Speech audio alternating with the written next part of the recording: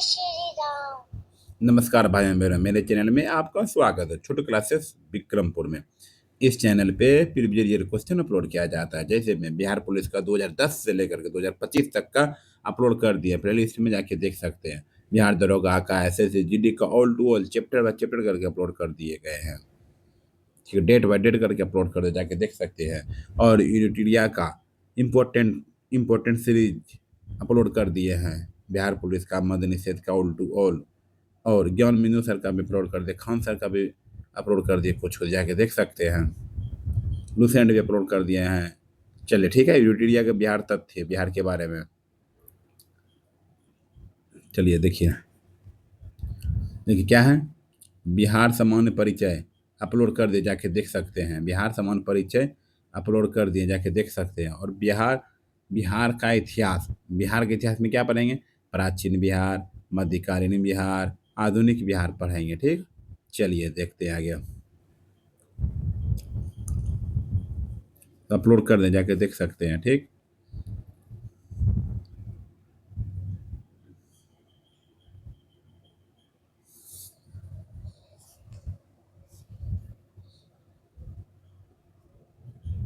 रुकिए, कहाँ गया? दूसरा 2 नंबर टॉपिक, चलिए देखिए। बिहार का इतिहास क्या है? बिहार का इतिहास पढ़ना है। प्राचीन बिहार का इतिहास सबसे पढ़ते हैं। क्या सबसे पहले प्राचीन बिहार का इतिहास। चलिए, प्राचीन बिहार के इतिहास में, प्राचीन बिहार में पहले क्या है? प्राचीन बिहार में क्या है? क्या क्या क्या है? पाषाण काल, वैदिक काल, महाजनपद काल, बौद्ध एवं जैन धर्म, मौर्य एवं गुप्त वंश। ठीक है, पढ़िए। प्राचीन बिहार के इतिहास के स्रोत। प्राचीन बिहार के इतिहास को जानने के लिए 2 प्रकार के स्रोतों का उपयोग किया गया है। प्राचीन बिहार के इतिहास को जानने के लिए 2 प्रकार के स्रोतों का उपयोग किया गया है, जैसे पुरातात्विक एवं साहित्यिक। पुरातात्विक और साहित्यिक। ठीक है, चलिए पुरातात्विक स्रोत के बारे में पढ़ते हैं पहले। क्या है पुरातात्विक? पुरातात्विक स्रोत पूर्व ऐतिहासिक युग के लिए मुंगेर, चिरौंद मतलब सारण, चेचर मतलब वैशाली, मनेर मतलब पटना एवं सोनपुर मतलब सारण से ताम्र प्रस्तर वस्तुएं और मृद भंड प्राप्त हुए हैं। मौर्यकालीन अभिलेख लोरिया, नंदरगढ़, लोरिया, अरेराज, रामपुरवा आदि स्थानों से प्राप्त हुए हैं। बराबर की गुफाएं राजगीर, नालंदा, पाटलिपुत्र, विक्रमशिला से प्राप्त स्मारक हैं। खुदाई से प्राप्त सिक्के, मनके एवं मूर्तियां आदि प्रमुख पुरातात्विक स्रोत है। आइए साहित्यकर स्रोत। पुरातात्विक स्रोत हो गया, साहित्यकर स्रोत के बारे में पढ़ते हैं। रामायण, महाभारत, पुराण, बौद्ध रचनाएं, अंगुत्तर निकाय, दीर्घ निकाय, विनय पिटक, जैन रचनाएं, भगवती सूत्र आदि प्रमुख साहित्यकर स्रोत हैं। इसके अतिरिक्त यात्रियों के विवरण जैसे मेगा सनीज इंडिका फाइयान इति संघ के यात्रा वृतांत, कौटिल्य के अदरशास्त्र एवं स्थानीय लेखकों के विवरण से प्राचीन बिहार के इतिहास की विशेष जानकारी मिलती है। ठीक है, चलिए। पाषाण काल। प्रागैतिहासिक काल में मानव द्वारा पाषाण पत्थर का प्रयोग शिकार के लिए किया जाता था। पाषाण के प्रयोग करने वाले काल को पाषाण काल के रूप में या प्रागैतिहासिक काल के रूप में जाना जाता है। पाषाण काल को पत्थरों के प्रयोग एवं मानव विकास के आधार पर 3 भागों में विभाजित किया गया है। 3 भागों में विभाजित किया गया है। आइए, पूरा पाषाण काल क्या है? पूरा पाषाण काल, इस काल में मानव आखेटक और खाद्य संग्राहक था। दक्षिण बिहार में मुंगेर एवं नालंदा से बड़े और खुरदरे पत्थर के कुल्हाड़ी, चाकू, खुरपी आदि प्राप्त हुए हैं। ये अवशेष लगभग 1 लाख पूर्व के हैं। आइए, मध्य पाषाण काल में, इस काल में मानव आखेटक, खाद्य संग्राहक एवं पालक था। मानव द्वारा पहला पालतू पशु कुत्ता को बनाया गया था। दक्षिण बिहार में मुंगेर से छोटे आकार के तेज धार वाले औजार प्राप्त हुए। ये अवशेष लगभग 40,000 से 10,000 ईसा पूर्व पूर्व के हैं। ठीक है, मध्य पाषाण काल हो गया। अब नव पाषाण काल के बारे में पढ़ते हैं। इस काल में मानव खाद्य उत्पादक हो गया था और मानव बस्तियों में निवास करने लगा था। नवपाषाण काल के अवशेष बिहार के मैदानी भागों से प्राप्त हुए हैं। चिरांद, सारण, चेचर, वैशाली, मनेर, पटना, सनुआर, रोहतास से पत्थर एवं हड्डियों के औजार प्राप्त हुए हैं। कैमूर की पहाड़ियों, नवादा और जमुई से गुफा चित्र प्राप्त हुए हैं। ये अवशेष लगभग 2500 ईस्वी पूर्व के हैं। ताम्रपाषाण काल, चिरांद, सोनपुर, ताराडीह, चेचर, मनेर, सनुआर आदि से ताम्रपाषाण काल के अवशेष मिले हैं। इस काल में पत्थर के औजार के अतिरिक्त ताम्र उपयोग के प्रमाण मिले हैं। ये अवशेष लगभग 1000 ईस्वी पूर्व के हैं। ये अवशेष लगभग 1000 ईस्वी पूर्व के हैं। आइए वैदिक काल। वैदिक काल आर्यों द्वारा स्थापित सभ्यता को वैदिक सभ्यता कहा गया, क्योंकि इस सभ्यता का इतिहास वेदों पर आधारित है।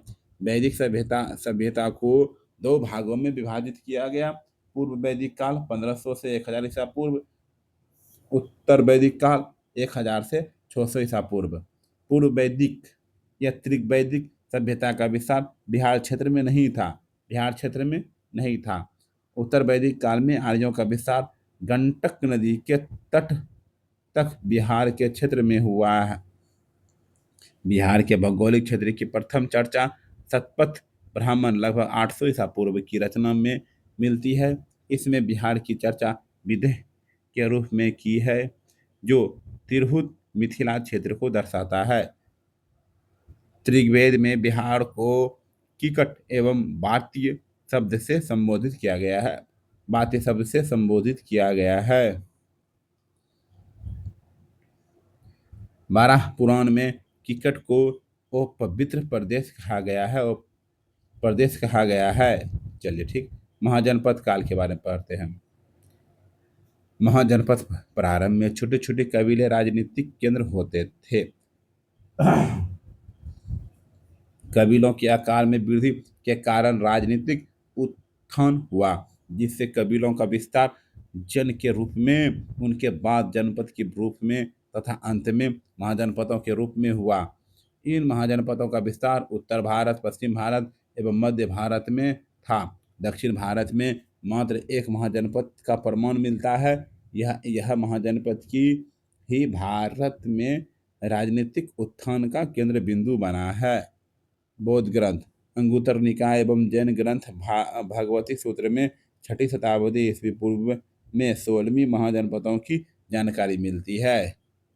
इसलिए 16 जनपदों की जानकारी मिलती है। ये पहला जनपद मगध है। इसकी मगध की राजधानी गिरिवज राजगिरी, अंग की राजधानी चंपा, विजित संघ की राजधानी वैशाली, काशी की राजधानी वाराणसी, कौशल की राजधानी श्रीवास्तव, मल्ल की राजधानी कुशीनगर, वत्स की राजधानी कौशाम्बी, कुरु की राजधानी इंद्रप्रस्थ, पांचाल की राजधानी अहिच्छत्र। आइए मगध का वर्तमान बिहार पटना, गया, नालंदा, अंग का बिहार भागलपुर, मुंगेर, बर्जी संघ का बिहार वैशाली, मुजफ्फरपुर, काशी का उत्तर प्रदेश वाराणसी, कौशल का उत्तर प्रदेश फैजाबाद, मल्ल का उत्तर प्रदेश देवरिया, वत्स का उत्तर प्रदेश प्रयागराज, कुरु का दिल्ली, पांचाल का उत्तर प्रदेश बरेली बदायूं। ठीक है, चलिए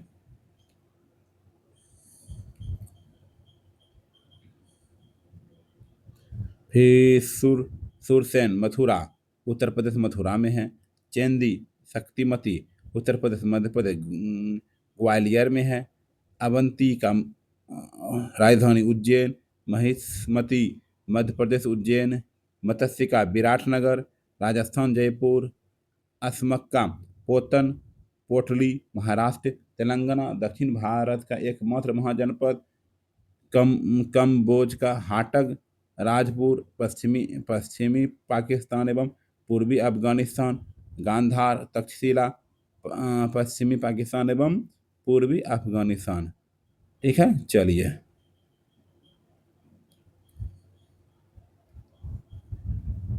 16 महाजनपदों में 3 महाजनपद का विस्तार क्षेत्र क्षेत्र बिहार में था। कौन? बर्जिज, लक्षद्वीप, वैशाली, मुजफ्फरपुर क्षेत्र। मगध, पटना, गया, नालंदा क्षेत्र। अंग, भागलपुर, मुंगेर क्षेत्र। भागलपुर, मुंगेर क्षेत्र। ठीक। बर्जिश संघ महाजनपद के बारे में पढ़ना है। बर्जिश क्षेत्र महाजनपद के बारे में। बर्जिश संघ 8 राज्यों का संघ 8 कुल था। बर्जिश, लिच्छवी, ज्ञातिक, विदेह, अग्र, भोग, कुरु तथा इक्ष्वाकी इस शब्द के 8 जनपद थे। बर्जिश संघ में सबसे प्रसिद्ध लिच्छवी जनपद था। लिच्छवी की राजधानी वैशाली थी। वैशाली नगर की स्थापना राजा विशाल ने की थी। लिच्छवी के अतिरिक्त मिथिला के विद्रोह तथा कुंडग्राम के ज्ञातिक बर्जिश संघ के प्रमुख जनपद थे। बर्जिश संघ लिच्छवी को विश्व के प्रथम गणतंत्र की संज्ञा दी जाती है। संज्ञा दी जाती है। ठीक है, चलिए। मगध महाजनपद। मगध महाजनपद मगध राजनीतिक, आर्थिक एवं भौगोलिक कारणों से सभी महाजनपदों में सबसे अधिक शक्तिशाली था। मगध के प्रारंभिक राजधानी गिरिवज राजगिरी थी। ये 5 पहाड़ियों रत्नागिरी, सोनगिरी, विभागिरी, उदयगिरी एवं विपलाचल से घिरा नगर था। मगध का विस्तार मुख्यतः पटना से गया क्षेत्र में था। मगध एवं अंग महाजनपद का वर्णन सर्वप्रथम अर्थवेद में मिलता है। अर्थवेद में मिलता है। आइए, अंग महाजनपद। अंग महाजनपद के बारे में। अंग महाजनपद का विस्तार भागलपुर एवं मुंगेर के क्षेत्र में था। अंग महाजनपद की राजधानी चंपा थी। अंग के अंतिम शासक ब्रह्मदत्त को हराकर मगध शासक बिंबिसार ने अंग को मगध में मिला लिया। मगध का उत्कर्ष एवं उसके राजवंश। मगध का उत्कर्ष एवं उसके राजवंश। मगध की स्थापना वीर्यदत्त ने की थी। वीर्यदत्त का पुत्र जरासंध इस वंश का सबसे प्रसिद्ध शासक था। जरासंध को भीम ने द्वंद्व युद्ध में पराजित कर उसका वध किया था। इसका वर्णन महाभारत में मिलता है। मगध के उत्कर्ष के कारण मगध की प्रारंभिक राजधानी राजगिरी 5 पहाड़ियों से घिरा एक सुरक्षित क्षेत्र था। मगध नदियों से घिरा प्रदेश है। मगध जो है नदियों से घिरा प्रदेश था, जहाँ उर्वर जरूर मृदा उपलब्ध थी जो कृषि की दृष्टि से अनुकूल थी। मगध में नदियों के जाल के कारण सिंचाई एवं यातायात की सुविधा उपलब्ध थी। मगध के अंतर्गत छोटा नागपुर क्षेत्र खनिज संसाधन, वनों की लकड़ी एवं ताकतवर हथियारों से परिपूर्ण था। बृहदत्त वंश का अंतिम शासक रिम्पुजय था। बृहदत्त वंश का अंतिम शासक रिम्पुजय था। क्या था? रिम्पुजय था। चलिए आगे चलिए। अब हर्यक वंश के बारे में पढ़ते हैं। क्या है? हर्यक वंश हुआ था 544 से 412 ईसा पूर्व। हर्यक वंश में कहा आया? बिंबिसार 544 ईस्वी पूर्व से लेकर के 492 ईसा पूर्व तक। इस वंश का संस्थापक था बिंबिसार। इस वंश के संस्थापक बिंबिसार ने 544 ईस्वी पूर्व में की थी। बिंबिसार को मगध का वास्तविक संस्थापक माना जाता है। बिंबिसार को मगध का वास्तविक संस्थापक माना जाता है। बिंबिसार ने विवाह नीति द्वारा साम्राज्य विस्तार को परिचय दिया। उसकी पहली पत्नी कौशल देवी कौशल की राजधानी थी। इस विवाह से उसे दहेज उपहार में काशी का क्षेत्र प्राप्त हुआ। उसकी दूसरी पत्नी चेलहना थी। चेलहना लिच्छवी के राजा चेटक की पुत्री थी। उसकी तीसरी पत्नी क्षेमा पंजाब के मद्र की राजकुमारी थी। बिंबिसार की अवंती के शासक चंड प्रघोत के साथ मैत्री संबंध बनाया। बिंबिसार ने चंड प्रघोत के उपचार के लिए अपने राजवेश जीवक को भेजा था। बिंबिसार की हत्या 492 ईस्वी पूर्व में उसके पुत्र अजातशत्रु ने की थी। अजातशत्रु ने की थी। चलिए अब अजातशत्रु के बारे में पढ़ते हैं। हर्यक वंश में बिंबिसार पढ़ लिए। अब अजातशत्रु के बारे में 492 से 460 ईसा पूर्व। क्या 492 से 460 अजातशत्रु बिंबिसार के बाद हर्यक वंश का शासक बना। अजातशत्रु जो है, अजातशत्रु बिंबिसार के बाद हर्यक शासक शासक बना। उसका वास्तविक नाम कुनिक था। बिंबिसार एवं कौशल देवी की मृत्यु के बाद कौशल के राजा प्रसोनजीत ने काशी वापस ले लिया, जिस कारण प्रसोनजीत का संघर्ष अजातशत्रु से हुआ। अंततः अजातशत्रु से प्रसेनजीत को पराजित कर कर काशी पर अधिकार कर लिया। बाद में अजातशत्रु का विवाह प्रसेनजीत की पुत्री वासिरा से हो गया। अजातशत्रु ने वर्जित संघ एवं मल्लों को पराजित किया। अजातशत्रु प्रारंभ में जैन संघ को मानता था, बाद में उसके बौद्ध धर्म को अपना लिया। अजातशत्रु ने 483 ईस्वी पूर्व में राजगृह की सप्तपर्णी गुफा में प्रथम बौद्ध संगीति का आयोजन करवाया। ठीक है, अजातशत्रु के बारे में देख लिए। चलिए अब उदयन के बारे में, उदयन के बारे में, चलिए उदयन के बारे में पढ़ते हैं। 460 से 444 ईसा पूर्व सिंघल अनुच्छुति के अनुसार 460 ईसा पूर्व में उदयन ने अपने पिता अजातशत्रु की हत्या कर दी। उदयन ने अपनी राजधानी राजगिरी से पाटलिपुत्र गंगासोन एवं गंडक के संगम तट पर स्थानांतरित किया। उदयन के तीन पुत्र अनिरुद्ध, मुंडक, नागदशक थे। नागदशक इस वंश का अंतिम शासक था। क्या था? अंतिम शासक था। आइए, हर्यक वंश को पितुहंता वंश भी कहा जाता है। शिशुनाग 412 से 344 ईसा पूर्व शिशुनाग ने हर्यक वंश की जगह शिशुनाग वंश की स्थापना की। शिशुनाग ने वैशाली को राजधानी बनाया। शिशुनाग ने अवंती के राजा अवंतीवर्धन को पराजित कर अवंती को मगध में मिला लिया। इसके अतिरिक्त शिशुनाग ने बस एवं कौशाम्बी को भी मगध में शामिल कर लिया। 394 ईस्वी में शिशुनाग की मृत्यु के बाद कालाशोक मगध का शासक बना। पुराणों में उसे कार्कवर्ण कहा गया। कालाशोक के समय मगध की राजधानी पुनः पाटलिपुत्र हो गई। क्या होगी? पाटलिपुत्र हो गई। चलिए आगे, शिशुनाग के बारे में और दो टॉपिक है। देखिए, कालाशोक ने 383 ईस्वी पूर्व में वैशाली में द्वितीय बौद्ध संगीति का आयोजन करवाया। फिर बोला, कालाशोक की मृत्यु के बाद उसके 10 पुत्रों ने शासन चलाया। शिशुनाग वंश का अंतिम शासक नंदीवर्धन था। शिशुनाग का अंतिम शासक नंदीवर्धन था। आइए, नंद वंश 344 से 321 ईसा पूर्व 344 से 321 ईसा पूर्व। ठीक है, चलिए,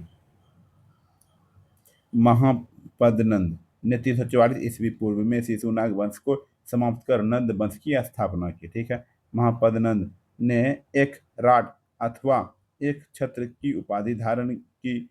पाली ग्रंथों में महापदम नंद को उग्रसेन कहा गया। पुराणों में उसे परशुराम का दूसरा अवतार बताया गया है। महापदनंद ने पंचाल, इक्ष्वाकु, काशी, अस्मक, कलिंग, मैथिल आदि राज्यों को पराजित कर मगध साम्राज्य का विस्तार किया। अब तक 321 ईस्वी पूर्व तक के काल में मगध का सर्वाधिक विस्तार महापदनंद के समय हुआ था। कलिंग पर विजय प्राप्त करने वाला प्रथम मगध सम्राट महापदनंद था। व्याकरण के महान विद्वान पाणिनि महापदनंद के समकालीन थे। क्या थे? समकालीन थे।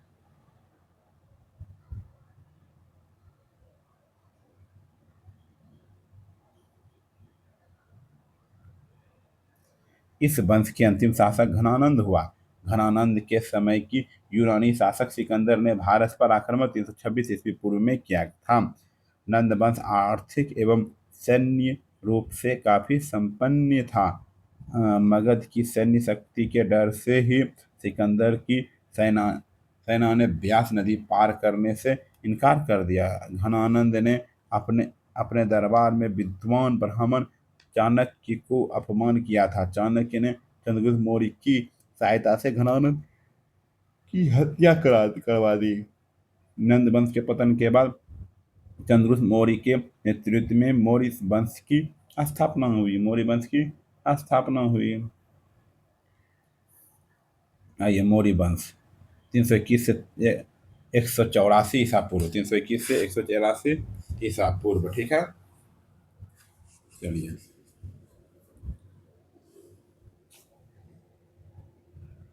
चंद्रगुप्त मौर्य क्या है? चंद्रगुप्त मौर्य, चंद्रगुप्त मौर्य 321 से 298 ईसा पूर्व। जस्टिस ए स्ट्रोबो ने चंद्रगुप्त मौर्य को स्ट्रोबोकोट्स कहा, जिसकी पुष्टि विलियम जोन्स ने भी की। प्लूटार्क एवं एरियन ने चंद्रगुप्त मौर्य को एंटोकोट्स के रूप में चिन्हित किया। चंद्रगुप्त मौर्य के गुरु चाणक्य कौटिल्य थे। उनका वास्तविक नाम विष्णुगुप्त था। उन्हीं की सहायता से चंद्रगुप्त ने 321 ईस्वी पूर्व में मौर्य वंश की स्थापना की। चंद्रगुप्त मौर्य ने 305 ईस्वी पूर्व में सिकंदर के उत्तराधिकारी सेल्यूकस निकेटर के साथ युद्ध किया। युद्ध के पश्चात हुई संधि के चंद्रगुप्त मौर्य को काबुल, कांधार, मकरान एवं हेरात का क्षेत्र प्राप्त हुआ। बदले में चंद्रगुप्त ने सेल्यूकस को 500 हाथी उपहार में दिए। युद्ध के पश्चात चंद्रगुप्त मौर्य का विवाह यूनानी राजकुमारी हेलन कार्नेलिया सेल्यूकस की पुत्री से हुआ। सेल्यूकस ने चंद्रगुप्त मौर्य के दरबार में राजदूत मेगास्थनीज को भेजा। मेगास्थनीज ने इंडिका की रचना की। मेगास्थनीज ने इंडिका की रचना की। चंद्रगुप्त मौर्य ने के साम्राज्य का विस्तार उत्तर में हिंदुकुश पर्वत ईरान तक, दक्षिण में कर्नाटक तथा पश्चिमी में सौराष्ट्र तक तथा पूर्व में बंगाल तक था। पूर्व में बंगाल तक था। चंद्रगुप्त मौर्य के शासन में अंतिम वर्षों में मगध में 12 वर्षों का भीषण अकाल पड़ा। चंद्रगुप्त मौर्य अपनी राजगद्दी त्याग कर सरवन बेलगोला कर्नाटक में चंद्रगिरी पर्वत पर तपस्या करने चला गया। चंद्रगुप्त मौर्य जैन धर्म को मानता था। 298 ईसा पूर्व में उसने जैन उपवास पद्धति संलेखना द्वारा अपने प्राण त्याग दिए। आइए बिंदुसार के बारे में पढ़ते हैं। बिंदुसार चंद्रगुप्त मौर्य के उत्तराधिकारी था। उसे ओमित्रघात, सिंह सेन आदि नाम भी दिया गया है। स्ट्रोबो के अनुसार सीरिया के राजा एंटियोकस ने डाइमेकस नामक राजदूत को बिंदुसार के दरबार में भेजा था। बिंदुसार के दरबार में मिस्र के राजा टॉलमी फिलाडेल्फस ने डायोनिसियस नामक राजदूत भेजा था। बिंदुसार ने तक्षशिला में हुए विद्रोह को दबाने के लिए अपने पुत्र अशोक को भेजा था। बिंदुसार आजीवक संप्रदाय का अनुयायी था। आजीवक के संप्रदाय के संस्थापक मुखली पुत्र गोसाल थे। चलिए ठीक है, बिंदुसार के बारे में हो गया। चलिए उसके बाद अशोक के बारे में पढ़ते हैं। क्या अशोक के बारे में? अशोक के बारे में 269 से 332 ईसा पूर्व बिंदुसार की मृत्यु के 4 वर्षों के बाद अशोक मौर्य वंश की गद्दी पर बैठा। इससे पूर्व वह उज्जैन का राज्यपाल था। पुराणों में अशोक को अशोक वर्धन कहा गया। मास्की का गुज्रा के अतिरिक्त नेतुर तथा उदगोलम के अभिलेख में अशोक नाम का उल्लेख मिलता है। सिंघली अनुच्छुतियों बौद्ध ग्रंथ के अनुसार अशोक ने अपने 99 भाइयों की हत्या कर गद्दी प्राप्त की। हालांकि अन्य स्रोतों से इनकी पुष्टि नहीं होती है। अशोक ने अपने शासन के 9वें 9वें वर्ष में कलिंग युद्ध 261 ईसा पूर्व पूर्व किया तथा कलिंग को मगध में सम्मिलित किया। अशोक ने 13वें शिलालेख में कलिंग युद्ध का वर्णन किया। कलिंग युद्ध के बाद अशोक ने बौद्ध धर्म को अपनाया। उससे पूर्व वह शैव धर्म को मानता था।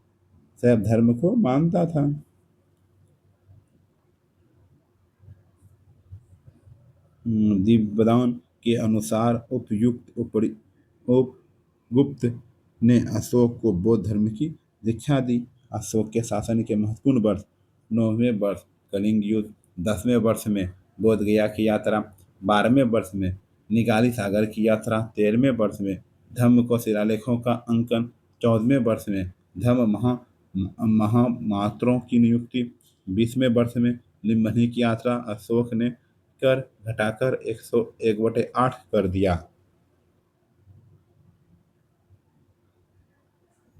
अशोक ने बौद्ध धर्म के प्रचार के लिए अपने पुत्र महेंद्र एवं पुत्री संघमित्रा को श्रीलंका भेजा।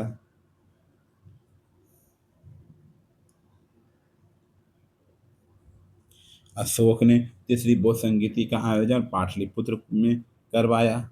अशोक ने लगभग 37 वर्षों तक शासन किया। उसकी मृत्यु 232 ईसा पूर्व में हो गई। अशोक के बाद उसके 10 उत्तराधिकारियों ने शासन किया। ये उत्तराधिकारी कुणाल, बंधु पालित, इंद्रपालित, दसोन, दशरथ, संप्रति, शालिशुक, देवधर्मन, सत, धनुष एवं वीर्यदत्त थे।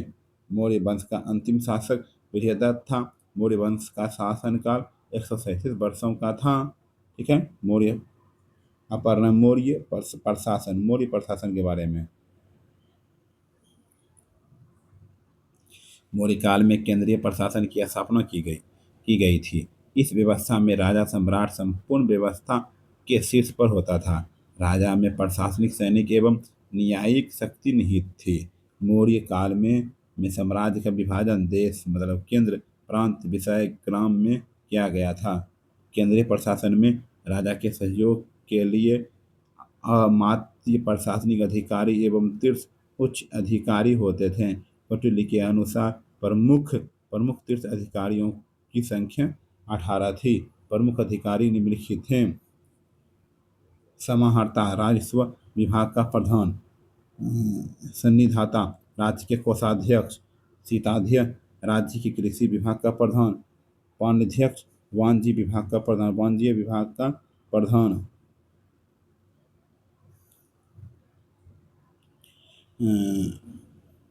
अक्षपटलाध्यक्ष मतलब महालेखाकार, सेनापति सैन्य विभाग। मौर्य काल में 4 प्रकार की सेनाध्यक्ष थी: पैदल सेना, हाथी सेना, घुड़सवार सेना, रथ सेना। ठीक है। न्याय व्यवस्था राजा के अधीन थी, लेकिन राजा के बाद न्याय व्यवस्था न्यायाधीश द्वारा देखा गया था। न्याय व्यवस्था 2 भागों में विभाजित है: धर्मस्थयी, कंटक शोधन, धर्म से मतलब दीवानी न्यायालय, फौजदारी न्यायालय। ठीक है, चलिए।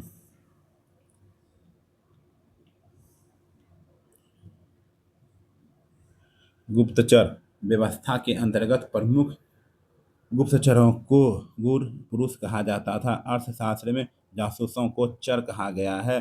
गुप्तचर व्यवस्था 2 प्रकार की होती है: संस्था, एक स्थान पर रहकर गुप्तचर कार्य करना; संचार, घूम घूम कर गुप्तचर का कार्य करना। मौर्य प्रशासन 5 प्रांतों में विभाजित था।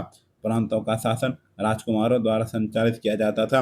उदाहरण के लिए अवंती का राज्यपाल अशोक हुआ करता था। उत्तरापथ मतलब तक्षशिला, दक्षिणापथ स्वर्णगिरि, पाच्य पूर्वी पाटलिपुत्र, अवंती उज्जयिनी, कलिंग तोसली। ठीक है, चलिए। प्रांतों का विभाजन विषय के रूप में किया गया था। विषय का प्रधान विषय गति या पारदर्शिक कहलाता था। विषयों का विभाजन ग्राम के रूप में किया गया था। ग्राम का प्रधान ग्रामिक कहलाता था। 10 गांव के समूह के प्रमुख को गोप कहा जाता था। नगर प्रशासन का संचालन 6 समितियों द्वारा किया जाता था। मेगास्थनीज के अनुसार सभी समितियों में 5 सदस्य होते थे, अर्थात कुल 30 सदस्यों द्वारा नगर का संचालन किया जाता था। अर्थव्यवस्था मौर्य काल में राजकीय आय का स्रोत कृषि, उद्योग एवं व्यापार था। सर्वाधिक आय कृषि से प्राप्त होती थी। कृषि पर एक गोटे छोकर प्राप्त किया जाता था। सरकारी भूमि में सीता भूमि कहा जाता था। उद्योग एवं व्यापार से एक गोटे 10 कर प्राप्त किया जाता था। मौर्य काल में सबसे प्रमुख व्यापारिक बंदरगाह भरूच या भरूच गुजरात था। ठीक है, चलिए।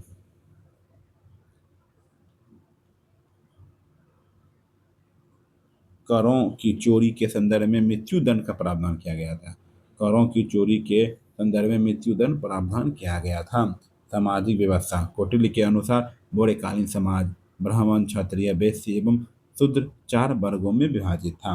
मेगास्थनीज के अनुसार मौर्यकालीन समाज 7 वर्गों में विभाजित था। दार्शनिक, किसान, अहीर, कारीगर, सैनिक, निरीक्षक एवं सभा सभासद। कौटिल्य के अनुसार दास प्रथा का प्रचलन था, जबकि मेगास्थनीज ने दास प्रथा के प्रचलन को स्वीकार नहीं नहीं किया है। मौर्यकालीन समाज में महिलाओं की स्थिति अच्छी थी, लेकिन वेश्यावृत्ति के भी प्रमाण मिले हैं। इस काल में वेश्यावृत्ति करने वाली महिलाओं को रूपा जीवा जीवा कहा गया है। चलिए, ठीक है। मौर्यकाल के दौरान ताकतवर केंद्रीय सत्ता के अधीन विभिन्न कला रूपों, स्थापत्य कला एवं मूर्ति कला का विकास हुआ। ये कला कला 2 रूपों में विकसित हुई। राजकीय संरक्षण में विकसित कला को राजकीय कला तथा स्थानीय कला कलाकारों द्वारा विकसित कला को लोक कला के रूप में जाना जाता है।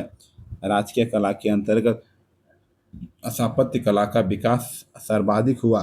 स्थापत्य कला में राजप्रसाद, असम स्तूप एवं गुहा विहार प्रमुख है। राजकीय कला के अंतर्गत मूर्ति कला में स्तंभों के ऊपर मूर्ति एवं स्वतंत्र रूप से निर्मित मूर्तियों के प्रमाण मिले हैं। लोक कला के रूप में यक्ष यक्षिणियों की मूर्ति एवं जैन तीर्थंकरों की मूर्ति मिली। इन मूर्तियों का निर्माण बलुआ पत्थर से किया गया है। इसका प्रमुख उदाहरण दीदारगंज पटना से प्राप्त यक्षिणी की मूर्ति है। इसके अतिरिक्त लोहानीपुर पटना से जैन तीर्थंकर को मूर्ति भी प्राप्त हुई। आइए बौद्ध धर्म के बारे में पढ़ते हैं। बौद्ध धर्म के बारे में 6ठी शताब्दी ईसा पूर्व में बौद्ध धर्म के विरुद्ध कई धर्मों का उद्भव हुआ, जिससे सबसे प्रमुख धर्म बौद्ध धर्म था। बौद्ध धर्म की स्थापना गौतम बुद्ध ने की। उनके आध्यात्म एवं दर्शन के कारण उन्हें सर एडविन एटली ने एशिया का ज्योतिपुंज या लाइट ऑफ एशिया कहा। एशिया एशिया ऑफ ज्योतिपुंज या लाइट ऑफ एशिया कहा है। बुद्ध के 4 दृश्य देखें। बूढ़ा व्यक्ति, बीमार व्यक्ति, एक शव एवं एक सन्यासी। इन्हीं दृश्यों को देखने के पश्चात उन्हें गृह त्याग का निर्णय लिया।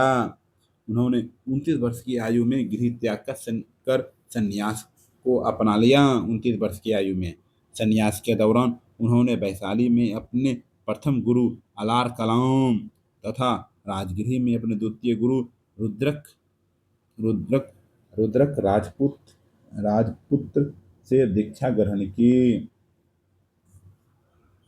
आइए बौद्ध धर्म के बारे में। बौद्ध धर्म के संस्थापक गौतम बुद्ध। गौतम बुद्ध का जन्म 563 ईसा पूर्व, उनकी उनकी मृत्यु का वर्ष 483 ईसा पूर्व। उनका जन्म स्थान निम्बुनी, नेपाल।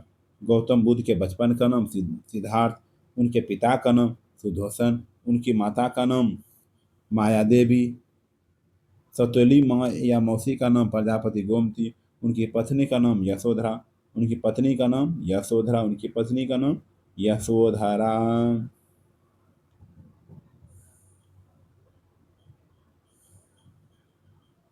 6 वर्षों की तपस्या के बाद 35 वर्ष की आयु में उन्हें ज्ञान की प्राप्ति हुई।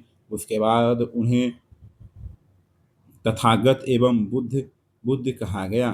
6 वर्षों की तपस्या के बाद 35 वर्ष की आयु में उन्हें ज्ञान की प्राप्ति हुई। उनके बाद उन्हें तथागत एवं बुद्ध कहा गया। उन्हें ज्ञान की प्राप्ति वैशाख पूर्णिमा को पीतल वृक्ष के नीचे निरंजना फल्गु नदी के तट पर बोध गया हो गया हो में हुई। उनके पुत्र का नाम राहुल था। उनके उनके सौतेले भाई का नाम देवदत्त था। उनके कुल का नाम शाक्य क्षत्रिय था। उनके प्रिय घोड़े का नाम कंथक था। उनके सारथी का नाम चाणक्य था। उनका अन्य नाम शाक्य मुनि था। क्या था? शाक्य मुनि।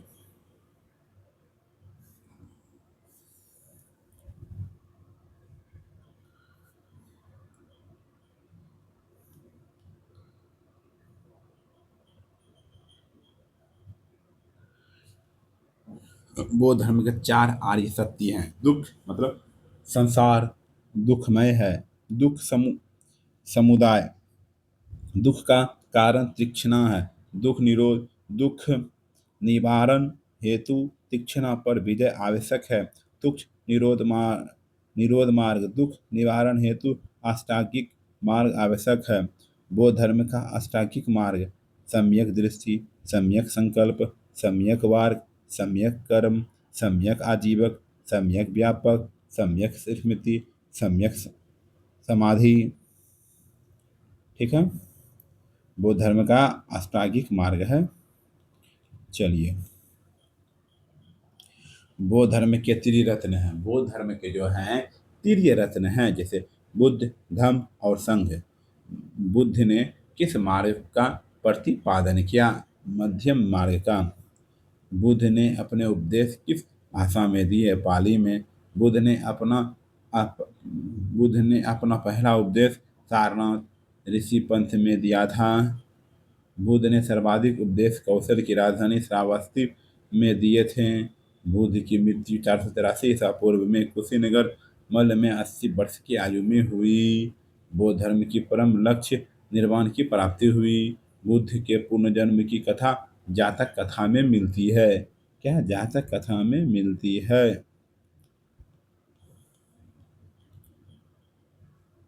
बौद्ध धर्म के 10 शील आचरण थे। बौद्ध के निर्वाण के मार्ग में सरल बनाने के लिए 10 शीलों को अपनाने पर बल दिया। सत्य, अहिंसा, अस्तेय, अपरिग्रह, ब्रह्मचार्य, नित्य गायन का त्याग, असमय भोजन का त्याग, कोमल सास्या का त्याग, सिंहासन साधनाओं का त्याग, मद सेवन का त्याग। 10 शील आचरण थे।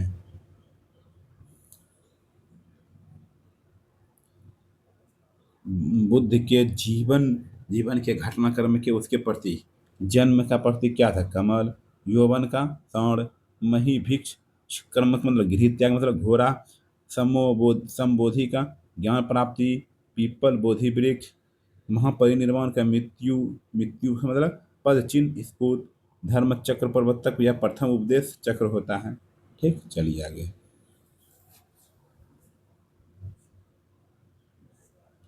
बौद्ध धर्म चौथी चौथी बौद्ध संगीति के उपरांत दो भागों में विभाजित हो गया।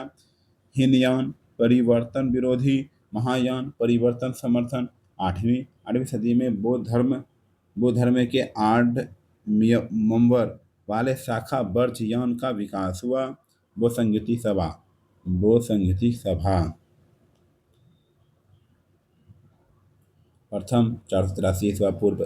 स्थान राजगिरी। शासक अजातशत्रु। अध्यक्ष महाकश्यप। और विषय सूत पिटक विनयक पिटक की रचना। द्वितीय 383 ईस्वी पूर्व। राजस्थान वैशाली। शासक कालाशोक। अध्यक्ष सबाकामी। महासंघी एवं असावीर के रूप में विभाजन। तृतीय का वर्ष 250 ईसा पूर्व। स्थान पाटलिपुत्र। शासक अशोक। मोगली उत्तिश अधिधर्म पिटक का संकलन। चतुर्थ ईसा पूर्व के प्रथम शताब्दी। कुंडलवन कश्मीर कनिष्क वसुमित्र अश्वघोष उपाध्यक्ष थे। महायान एवं हीनयान में विभाजन थे। विशेषता चतुर्थ का। चलिए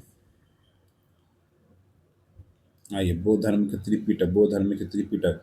सूत पिटक, विनय पिटक, अभिधम पिटक। सूत पिटक में बुद्ध के उपदेशों का संकलन किया था। विनय पिटक में संघ के नियमों का संकलन, अधिपिटक में बुद्ध के दार्शनिक विचारों का संकलन, और सूत पिटक में सबसे बृहत पिटक जिसका संकलन आनंद ने दिया। विनय पिटक में सबसे लघुत्तम पिटक जिसका संकलन उपाली ने किया। अभिधम पिटक, इस पिटक का संकलन मेघलिपुत्स ने किया।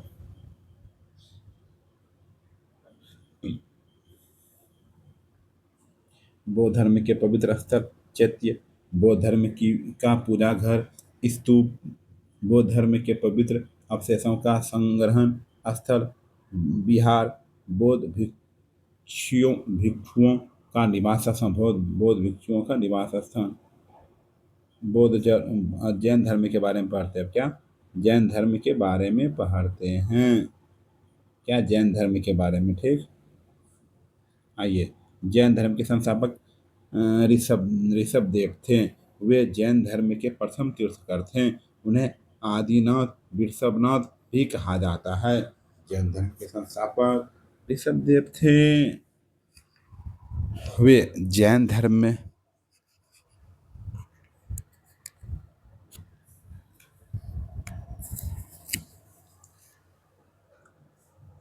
जैन धर्म में कुल 24 तीर्थंकर हुए। जैन धर्म में कुल 24 तीर्थंकर हुए। 23वें तीर्थंकर पार्श्वनाथ थे। उनका जन्म काशी में हुआ था। उनके पिता अश्वसेन काशी के राजा थे। उन्हें ज्ञान की प्राप्ति सममेध पर्वत पर हुए थे। उन्होंने 4 महाव्रत की शिक्षा दी: सत्य, अहिंसा, अस्तेय, अपरिग्रह। जैन धर्म के संस्थापक ऋषभ देव थे। जैन धर्म के कुल तीर्थंकर 24 थे। जैन धर्म के 24वें तीर्थंकर महावीर स्वामी थे। जैन धर्म के वास्तविक संस्थापक महावीर स्वामी थे। उनके बचपन का नाम वर्धमान था। उनके जन्म का वर्ष 540 ईसा पूर्व था। उनकी मृत्यु का वर्ष 468 ईसा पूर्व। उनका जन्म स्थान कुंडग्राम वैशाली था। उनके पिता का नाम सिद्धार्थ था। उनकी माता का नाम त्रिशला था। उनकी पत्नी का नाम यशोदा था। उनकी पत्नी का नाम यशोदा था।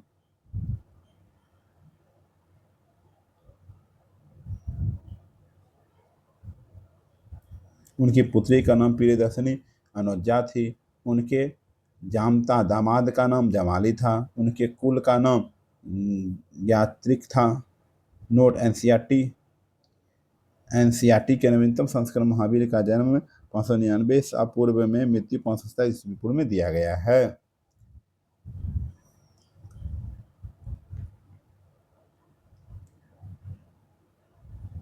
महावीर स्वामी, वे जैन धर्म के 24वें तीर्थंकर थे। महावीर स्वामी का जैन धर्म का वास्तविक संस्थापक माना जाता है। वास्तविक संस्थापक माना जाता है। क्या माना जाता है? वास्तविक संस्थापक माना जाता है। उनके पिता सिद्धार्थ ज्ञाति कुल के प्रधान थे। उनकी माता त्रिशला लिच्छवी राज की राजकुमारी थी। उन्होंने 30 वर्ष की आयु में गृह त्याग किया। 12 वर्षों के कठोर तप के बाद 42 वर्ष की आयु में उन्हें केवल ज्ञान की प्राप्ति जम्बुई ग्राम में तर्जुपालिका नदी के तट पर साल वृक्ष के नीचे हुई। जैन धर्म के त्रिरत्न: सम्यक दर्शन, सम्यक ज्ञान, सम्यक आचरण। सम्यक दर्शन, सम्यक ज्ञान, सम्यक आचरण। ठीक है, चलिए। जैन धर्म के 5 महाव्रत: सत्य मतलब झूठ नहीं बोलना, अहिंसा हिंसा नहीं करना, अस्तेय चोरी नहीं करना, अपरिग्रह का धन का संग्रह नहीं करना, ब्रह्मचर्य का इंद्रियों का वश में करना। 5वां महाव्रत ब्रह्मचर्य महावीर स्वामी द्वारा प्रतिपादित किया गया। जैन धर्म के प्रमुख तीर्थंकर एवं उनके प्रतीक: प्रथम तीर्थंकर ऋषभ देव थे, इसका था बैल वृषभ। द्वितीय तीर्थंकर के अजीतनाथ हाथी। 23वें तीर्थंकर पार्श्वनाथ सर्प। 24वें तीर्थंकर महावीर स्वामी सिंह। ठीक है, आइए जैन संगीतियाँ। प्रथम 310 ईसा पूर्व वर्ष में हुआ था। स्थान पाटलिपुत्र बिहार हुआ था। चंद्रगुप्त मौर्य स्थूलभर्त अध्यक्ष है। और विशेषताएं, दिगंबर और श्वेतांबर में जैन धर्म का विभाजन हुआ। जैन धर्म के 12 अंगों का संकलन। द्वितीय 512 ईसा पूर्व। वल्लभी गुजरात शासक नहीं था, इसका अध्यक्ष था द्रोसी। ठीक है। जैन धर्म धर्म ग्रंथों का अंतिम संकलन था। महावीर स्वामी की मृत्यु 72 वर्ष की आयु में पावापुरी में हुई। महावीर स्वामी की मृत्यु वर्ष की आयु में पावापुरी में हुई। अनेकतावाद, संयादवाद या सप्तभंगी ज्ञान सिद्धार्थ का संबंध जैन धर्म से है।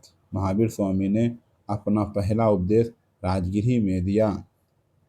क्या? राजगिरी में दिया।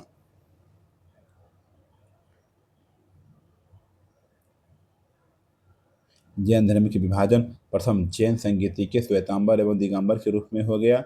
दिगंबर भरतबाहु ने नेतृत्व प्रदान किया। इसमें परिवर्तन को स्वीकार नहीं करते हुए पूर्ण नग्नता एवं कठोरता को अपनाया गया।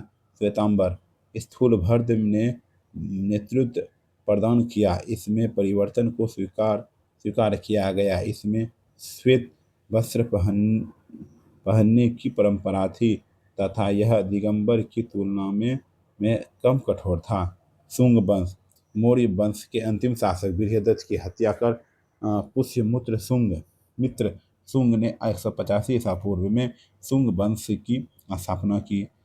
पुष्यमित्र शुंग ब्राह्मण था। वह बृहदत्त का सेनापति था। पुष्यमित्र ने सेनानी की उपाधि ली थी। उसने यवनों के आक्रमण को विफल किया था। क्या किया था? विफल किया था। आइए, पुष्यमित्र ने 2 अश्वमेध यज्ञ करवाए। इसमें पुरोहित पतंजलि थे। पुष्यमित्र की मृत्यु के बाद उसका पुत्र अग्निमित्र 148 ईसा पूर्व में राजा बना। कालिदास के नाटक मालविका मित्रम में अग्निमित्र एवं मालविका का वर्णन किया। इस वंश का अंतिम शासक देवभूति था। कण्व वंश की स्थापना वसुमित्र ने देवभूति की हत्या कर की। वसुमित्र शुंगों के आमत्य मंत्री थे। कण्व वंश का ब्राह्मण वंश था। इस वंश का अंतिम शासक सुशर्मा था। सातवाहन वंश के संस्थापक सिमुख ने सुशर्मा की हत्या कर कण्व वंश का अंत कर दिया। क्या कर दिया? अंत कर दिया।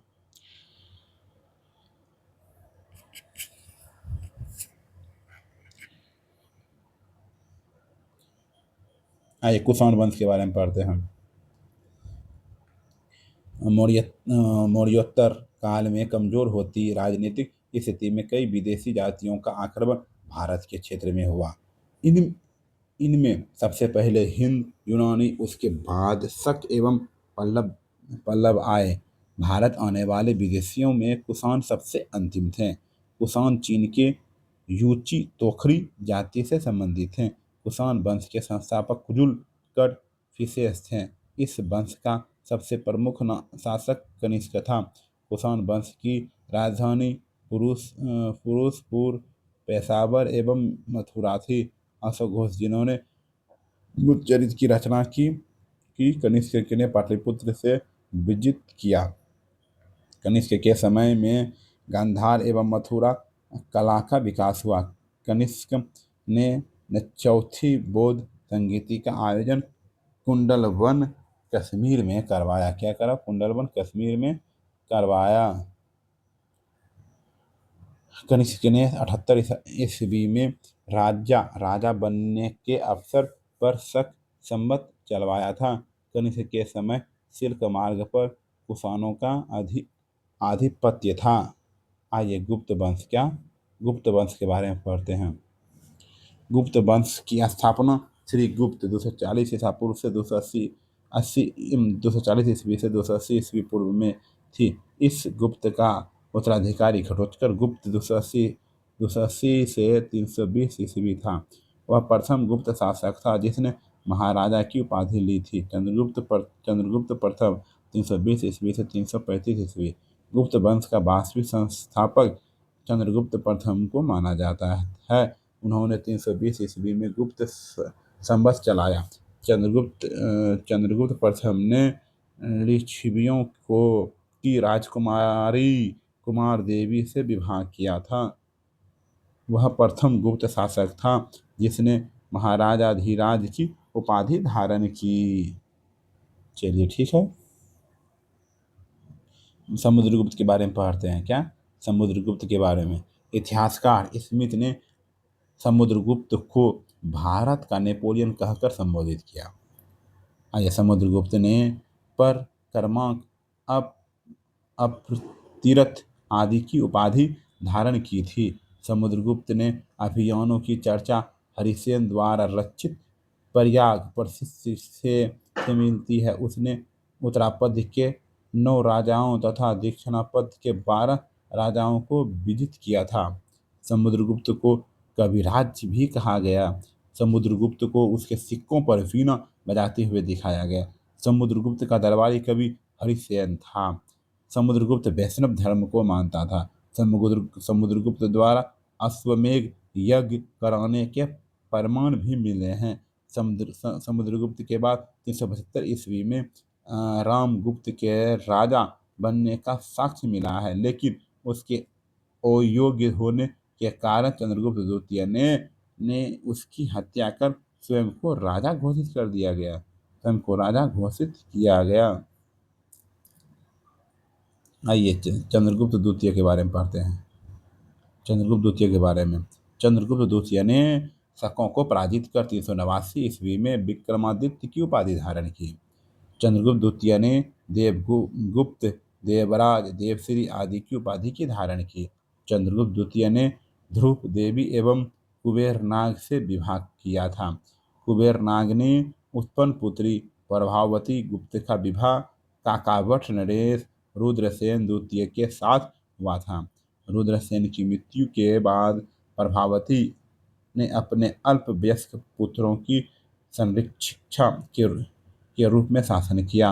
उस दौरान प्रभावती ने चंद्रगुप्त द्वितीय की सहायता से गुजरात और काठियावाड़ पर विजय प्राप्त की।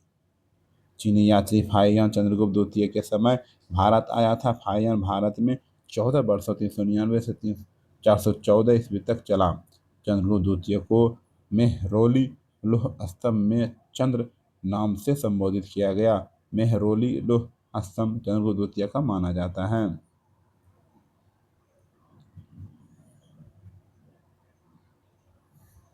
चंद्रगुप्त द्वितीय के 9 रत्न थे: कालिदास, धन्वंतरि, अमर सिंह, वराहमिहिर, शंकु, बेताल भट्ट, घटक पर, छपनक एवं भररुचि। कुमारगुप्त प्रथम क्या है? कुमारगुप्त प्रथम चंद्रगुप्त द्वितीय एवं ध्रुव देवी का पुत्र कुमारगुप्त प्रथम 415 ईस्वी पूर्व में बना। नालंदा विश्वविद्यालय की स्थापना कुमारगुप्त के समय में हुई थी। गुप्त काल में नालंदा विश्वविद्यालय शिक्षा का प्रमुख केंद्र था। बाद में यह बौद्ध धर्म के शिक्षा का सबसे प्रमुख केंद्र बना। स्कंदगुप्त 455 ईसा पूर्व 467 ईसा पूर्व मध्य एशिया को बर्बर जाति हूनों का आक्रमण स्कंदगुप्त के समय हुआ। स्कंदगुप्त ने हूनों को पराजित कर भारत से बाहर खदेड़ दिया। इसका वर्णन जूनागढ़ अभिलेख में मिलता है। लेख में हूनों को मलेच्छ कहा जाता है। स्कंदगुप्त ने चंद्रगुप्त मौर्य द्वारा निर्मित सुदर्शन झील का पुनरुद्धार करवाया था। स्कंदगुप्त ने अस्त्रादित्य की उपाधि धारण की थी। गुप्त वंश का अंतिम शासक विष्णुगुप्त था। गुप्त वंश के साथ मगध वंश अंत हो गया। मगध वंश का अंत हो गया।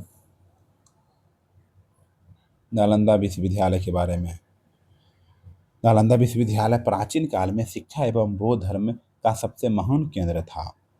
इसकी स्थापना गुप्त काल के दौरान कुमारगुप्त ने की थी। बाद में हर्षवर्धन एवं पाल शासकों ने इससे संरक्षण एवं समर्थन प्रदान किया। इस क्रम में जावा के शासक बालपुत्र देव ने भी इसे समर्थन प्रदान किया। हेनसोंग की यात्रा के समय इस विश्वविद्यालय के प्रमुख आचार्य तिलभद्र थे। इस समय विश्वविद्यालय में 10,000 से अधिक विद्यार्थी तथा 1510 शिक्षक थे। इस विश्वविद्यालय में बौद्ध शिक्षा, अंतरिक्ष विज्ञान, चिकित्सा शास्त्र, गणित, दर्शन शास्त्र एवं व्याकरण जैसे विषयों की पढ़ाई होती थी। इस विश्वविद्यालय में विद्यार्थियों का नामांकन प्रवेश परीक्षा के माध्यम से होता है। प्रथम प्रवेश परीक्षा द्वारपाल के द्वारा लिया जाता है। प्रवेश परीक्षा कुल 3 स्तरों पर होती है। कितने होती है? 3 स्तरों पर होती है।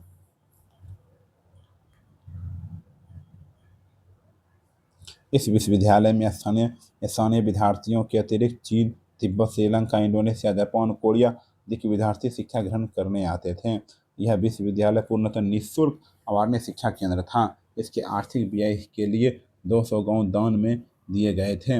इस विश्वविद्यालय के प्रांगण में विशाल पुस्तकालय था, जो 3 भवनों को मिलाकर बना था। इन तीनों भवनों में कुल 90 लाख किताबें संधारित थी। इस पुस्तकालयों के नाम रत्न रंजन, रत्नोदधि एवं रत्नासागर थे। प्राचीन काल में स्थापित शिक्षा के इस विशाल केंद्र को विश्व के प्रथम विश्वविद्यालय की संज्ञा दी जाती थी। 2016 में यूनेस्को द्वारा नालंदा विश्वविद्यालय को वर्ल्ड हेरिटेज सेंटर में शामिल किया गया। 2006 में पूर्व राष्ट्रपति स्व एपीजे अब्दुल कलाम के द्वारा दिए गए सुझाव पर 2010 में नालंदा यूनिवर्सिटी एक्ट पारित किया तथा नए नालंदा विश्वविद्यालय का निर्माण कर 14 में इस विश्वविद्यालय में पाठ्यक्रम का संचालन किया जा रहा है। गुप्त प्रशासन क्या है? गुप्त प्रशासन गुप्त काल में राजा देवीय अधिकार रहता था। इस काल में मौर्य काल के समान केंद्रीकृत सत्ता नहीं थी, लेकिन राजा प्रशासनिक, सैनिक एवं न्यायिक अधिकार था। गुप्त काल में साम्राज्य का विभाजन देश भुक्ति विषय ग्राम के रूप में किया जाता। देश का प्रधान गुप्ता, भुक्ति का प्रधान उपरिक्त, विषय का प्रधान विषयपति तथा ग्राम का प्रधान ग्रामिक होता था। अर्थव्यवस्था गुप्त काल में कृषि सबसे प्रमुख आय का स्रोत थी। कृषि पर 1/4 से 1/6 तक कर प्राप्त किया जाता था। कृषि के अतिरिक्त व्यापार एवं उद्योग से भी कर प्राप्त किया जाता था। गुप्त काल में सबसे प्रमुख व्यापारिक बंदरगाह ताम्रलिप्ति था तथा सबसे प्रमुख व्यापारिक नगर उज्जैन था। सामाजिक व्यवस्था